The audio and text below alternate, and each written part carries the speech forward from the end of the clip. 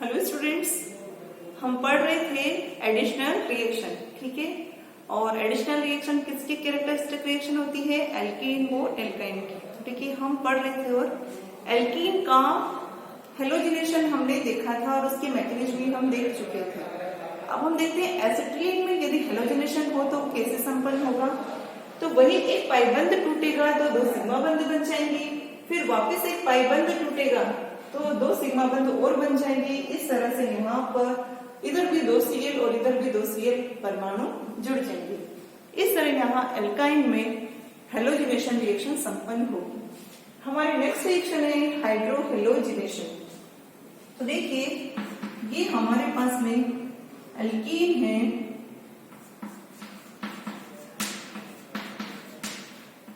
ठीक है, और हमें यहाँ योग करवाना है HCl का।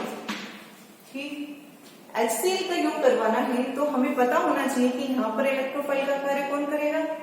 H+ इलेक्ट्रोफाइल है। हम इलेक्ट्रोफाइल को देख चुके हैं कि पॉजिटिव चार्ज वाले या जिनके पास वैकेंट D या वैकेंट p ऑर्बिटल होते हैं या जो बहुबंध से इलेक्ट्रॉन विड्रॉइंग ग्रुप जुड़े होते हैं, वह सब कैसे कार्य करते हैं? इलेक्ट्रोफाइल की तरह कार्य करते हैं। तो यहाँ पर हाइड्रोजन और Cl में से Cl की इलेक्ट्रोनेगेटिविटी ज्यादा है तो वो सहसंयोजक बंध के इलेक्ट्रॉन को अपनी ओर ले लेगा, वो Cl- में कन्वर्ट हो जाएगा और हाइड्रोजन H+ में कन्वर्ट होकर इलेक्ट्रोफाइल की तरह कार्य करेगा। तो यहाँ से हमें इलेक्ट्रोफाइल मिला H+। ये H+ अटैक करेगा, लेकिन ये H+ अटैक कहाँ करेगा? ये क्या है? रिएजेंट। ये क्या है? सबस्ट्रेट। ठीक है, अब सबस्ट्रेट पर रिएजेंट की अभिक्रिया हो रही है तो क्या होगा? यहाँ इलेक्ट्रोमेरिक प्रभाव होगा और ये पाइबंध के इलेक्ट्रॉन किसी न किसी कार्बन पर शिफ्ट होंगे। तो देखो, हमें पता है कि यहाँ CH3 का क्या लगता है? प्लस आई प्रभाव लगता है। तो ये बंध के जो इलेक्ट्रॉन्स को क्या करेगा? प्रतिकर्षित करेगा। ये यहाँ करेगा, यहाँ इलेक्ट्रॉन डेंसिटी बढ़ जाएगी, इसलिए यहाँ से प्रतिकर्षण होगा और इलेक्ट्रॉन कहाँ चले जाएंगे? इस पर चले जाएंगे। और यहाँ चले जाने पर यहाँ नेगेटिव चार्ज आ जाएगा और नेगेटिव चार्ज आने पर वहां क्या करेगा? इलेक्ट्रोफाइल अटैक करेगा और इस तरह से यहाँ इलेक्ट्रोफाइल जुड़ जाएगा और बचे हुए जो सेकंड कार्बन इससे क्या चल जाएगा? पॉजिटिव चार्ज आ जाएगा।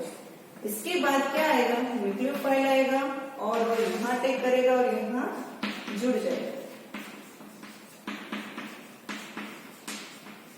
ठीक है, तो इस तरह से एल्कीन पर हाइड्रोहेलोजिनेशन रिएक्शन संपन्न होती है।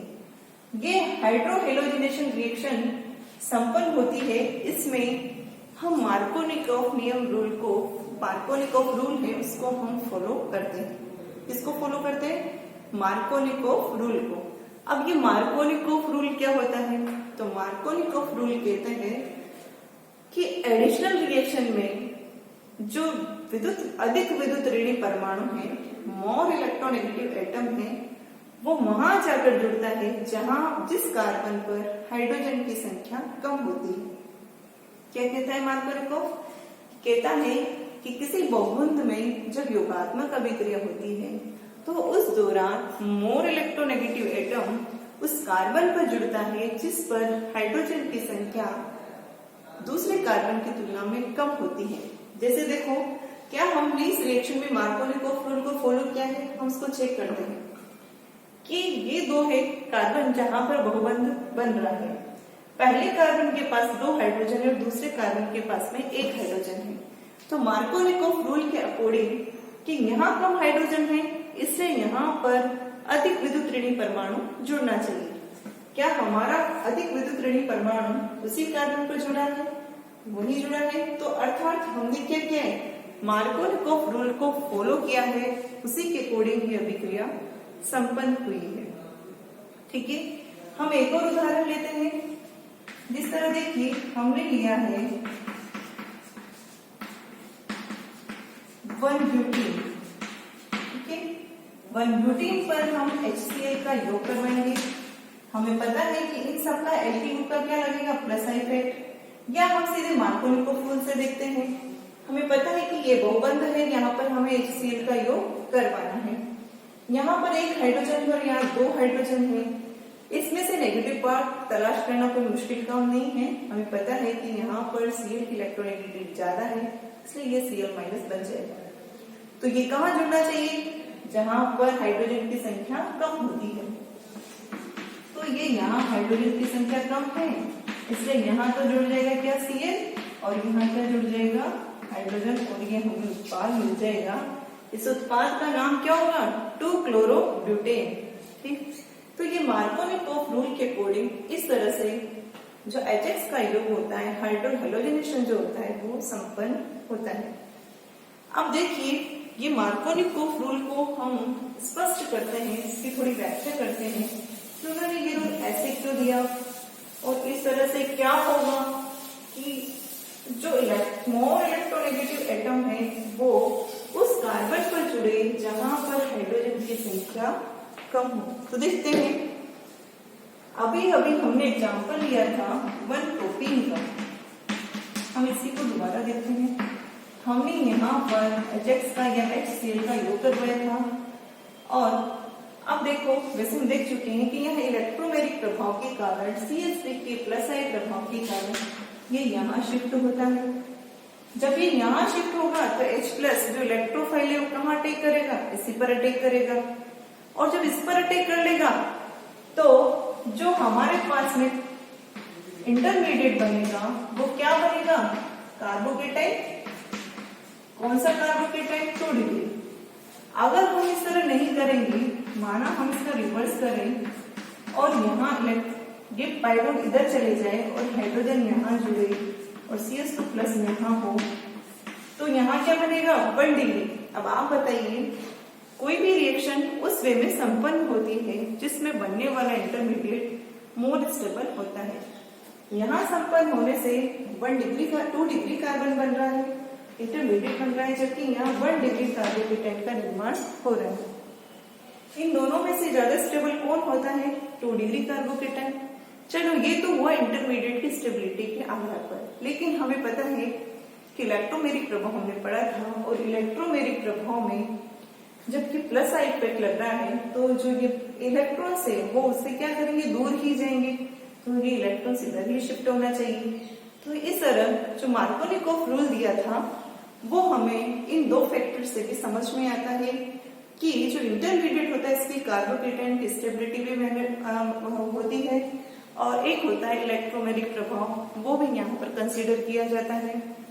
तो ये हुआ मार्कोनिकोव रूल का स्पष्टीकरण कि मार्कोनिकोव जो रूल दिया था वो इस तरह से भी सत्यापित होता है कि वो सही है और वो इस तरह से संपन्न होता है। अब हम बात करते हैं एसिटिलीन में यदि हम हाइड्रो हेलोजिनेशन रिएक्शन संपन्न करवाएं तो वो कैसे संपन्न होगी या हमें क्या उत्पाद मिलेगा? तो देखिए, हम बात करते हैं, ये एसिटिलीन है, हमने यहाँ पर HBr का योग करवा दिया है। हमें पता है कि कहीं भी हाइड्रोजन जुड़ सकता है और कहीं भी ब्रोमीन जुड़ सकती है ना। लेकिन अगर हम इसकी बात करें, नेक्स्ट अगर हम इसमें HBr का योग करवाएं तो मार्कोनिकोव के रूल के अकॉर्डिंग जो नेगेटिव पार्टिकल कहाँ जुड़ेगा? जिस कार्बन पर हाइड्रोजन की संख्या कम हो, अर्थात क्या बनेगा? ये हमें मिलना चाहिए। ठीक है, हम दूसरे वे में भी देख सकते हैं कि ब्रोमीन का क्या लगेगा? यहाँ पर माइनस आई इफेक्ट, तो ये कहाँ चला जाएगा? ये यहाँ चला जाएगा, और यहाँ क्या जाएगा? Positive charge. ये पॉजिटिव चार्ज है जो कि ब्रोमीन के लॉन पेयर से रेजोनेंस दर्शाएगा, और यहाँ पर रेजोनेंस भी हो जाएगा। इस तरह से यहाँ H+ और वहाँ Br- अटैक करेगा और हमें वो उत्पाद मिल जाएगा। तो ये हुई एल्कीन में और एल्काइन में हाइड्रो हेलोजिनेशन रिएक्शन। हम पहले पढ़ चुके हैं हेलोजिनेशन रिएक्शन। इस तरह से यहाँ पर पहले इलेक्ट्रोफाइल अटैक करता है और इलेक्ट्रोफिलिक एडिशन रिएक्शन संपन्न होती है। अब हम नेक्स्ट बात करते हैं मुक्त मूलक योगात्मक अभिक्रिया की। ठीक है, मुक्त मूलक योगात्मक अभिक्रिया अर्थात यहाँ पर जो रिएजेंट की अटैकिंग स्पीसीज है वो क्या होगी? मुक्त मूलक। क्रियाकारक पे सबसे पहले मुक्त मूलक अटैक करेगा, उसके बाद में अभिक्रिया संपन्न होगी। तो देखो कैसे, यदि हम एल्कीन पर HBr का योग करवाए, लेकिन किसकी उपस्थिति में? पेरोक्साइड की उपस्थिति में। यदि हम पेरोक्साइड की उपस्थिति में इसका एडिशन करवाते हैं HBr का, तो वो मुक्त मूलक योगात्मक अभिक्रिया के माध्यम से संपन्न होती है। देखो कैसे, ये ली हमने एल्कीन, इस पर हम योग करवा रहे हैं HBr का, किसकी उपस्थिति में? पेरोक्साइड की उपस्थिति में। तो हमें जो उत्पाद मिलेगा वो कैसा मिलेगा? जो मार्कोनिकोफ रूल है उसका रिवर्स मिलेगा। ठीक है, मार्कोनिकोफ रूल के अकॉर्डिंग ना मिलकर उसका रिवर्स मिलता है। तो जो मुक्त मूलक योगात्मक अभिक्रिया है वो एंटी मार्कोनिकोफ रूल के अकॉर्डिंग संपन्न होती है। इसे हम खरांश वैज्ञानिक ने स्पष्ट किया था, इसे खरांश इफेक्ट भी कहा जाता है और इसी को पेरोक्साइड इफेक्ट भी कहा जाता है, क्योंकि पेरोक्साइड के कारण इसका जो उत्पाद है वो चेंज हो जाता है। अच्छा, तो हम इसके मैकेनिज्म देखते हैं। मैकेनिज्म ये 3 पदों में संपन्न होती है। इसका पहला पद जो होता है वो होता है श्रृंखला का प्रारंभ। क्या होता है? श्रृंखला का प्रारंभ। इसमें जो पेरोक्साइड होता है वो इस तरह से समांश बंध विखंडन द्वारा फ्री रेडिकल का निर्माण करता है। नेक्स्ट स्टेप होती है श्रृंखला का संचरण। तो ये बनने वाला फ्री रेडिकल एल्कीन पर रिएक्ट करता है। ये बनने वाला फ्री रेडिकल जो यहाँ रिएजेंट है HBr, उससे रिएक्शन करता है और अब यहाँ पर 2 फ्री रेडिकल बन सकते हैं, H फ्री रेडिकल और Br फ्री रेडिकल। कौन OR फ्री रेडिकल से क्रिया करेगा, ये कैसे निर्भर करता है? तो इन दोनों फ्री रेडिकल में जो फ्री रेडिकल लेस स्टेबल होता है वो इससे रिएक्शन कर लेता है और जो मोर स्टेबल होता है वो अलग हो जाता है। ठीक है, तो यहाँ एक तो H फ्री रेडिकल और एक Br फ्री रेडिकल बनेगा। इसमें से जो H फ्री रेडिकल है वो लेस स्टेबल होता है, कारण साइज छोटी है तो क्या होगा, जो नाभिक का अट्रैक्शन होगा वो इसके अंदर ज्यादा होगा, तो इसकी जो बॉन्ड बनाने की टेंडेंसी है वो ज्यादा होगी कंपेरेटिव किसके? ब्रोमीन के। इसलिए यहाँ पर हमें मिल जाएगा HOR और क्या मिल जाएगा? Bromine free radical. ये कैसे स्टेप है? ये श्रृंखला संचरण पद है। कैसा है? श्रृंखला संचरण पद। अब ये जो बनने वाला ब्रोमीन है ये अटैक करेगा एल्कीन पर। अब ये अटैक कहां करेगा? ये निर्भर करता है कि जो बनने वाला इंटरमीडिएट है वो इसके जुड़ने के बाद में बना हुआ इंटरमीडिएट ज्यादा स्टेबल होना चाहिए। समांश बंध विखंडन होने पर एक इलेक्ट्रॉन यहाँ और एक इलेक्ट्रॉन यहाँ चला जाएगा। तो देखिए, अगर ये ब्रोमीन यहाँ जुड़ता है तो हमें मिल जाएगा 2 डिग्री फ्री रेडिकल।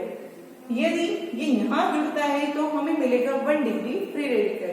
अब ज्यादा स्टेबल कौन होता है? 2 डिग्री फ्री रेडिकल। इसलिए ये यहाँ जुड़ता है और हमें इंटरमीडिएट के रूप में 2 डिग्री फ्री रेडिकल का निर्माण हो जाता है। ठीक है, अब नेक्स्ट क्या होगा? इस बनने वाले इंटरमीडिएट पर जो दूसरा अणु है HBr का वो अटैक करेगा। हमें पता है वापस HBr से H जो कि लेस रिएक्टिव होता है वो यहाँ रिएक्शन करेगा और क्या मिल जाएगा? हमें ब्रोमीन रेडिकल का निर्माण हो जाएगा। तो देखिए, इस तरह से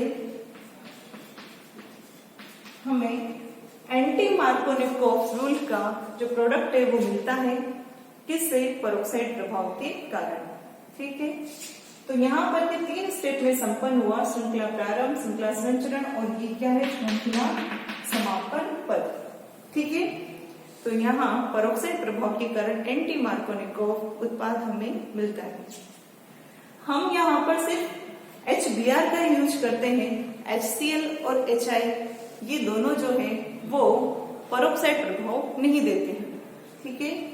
HF भी नहीं देता है। HF क्योंकि बहुत तेज ऊष्माक्षेपी होता है, इसी तरह HI भी बहुत ऊष्माक्षेपी होता है, और जो HCl की बंध ऊर्जा है वो HBr की तुलना में ज्यादा होती है, ठीक है। इसलिए यहाँ से HBr ही है जो कि फ्री रेडिकल रिएक्शन देता है।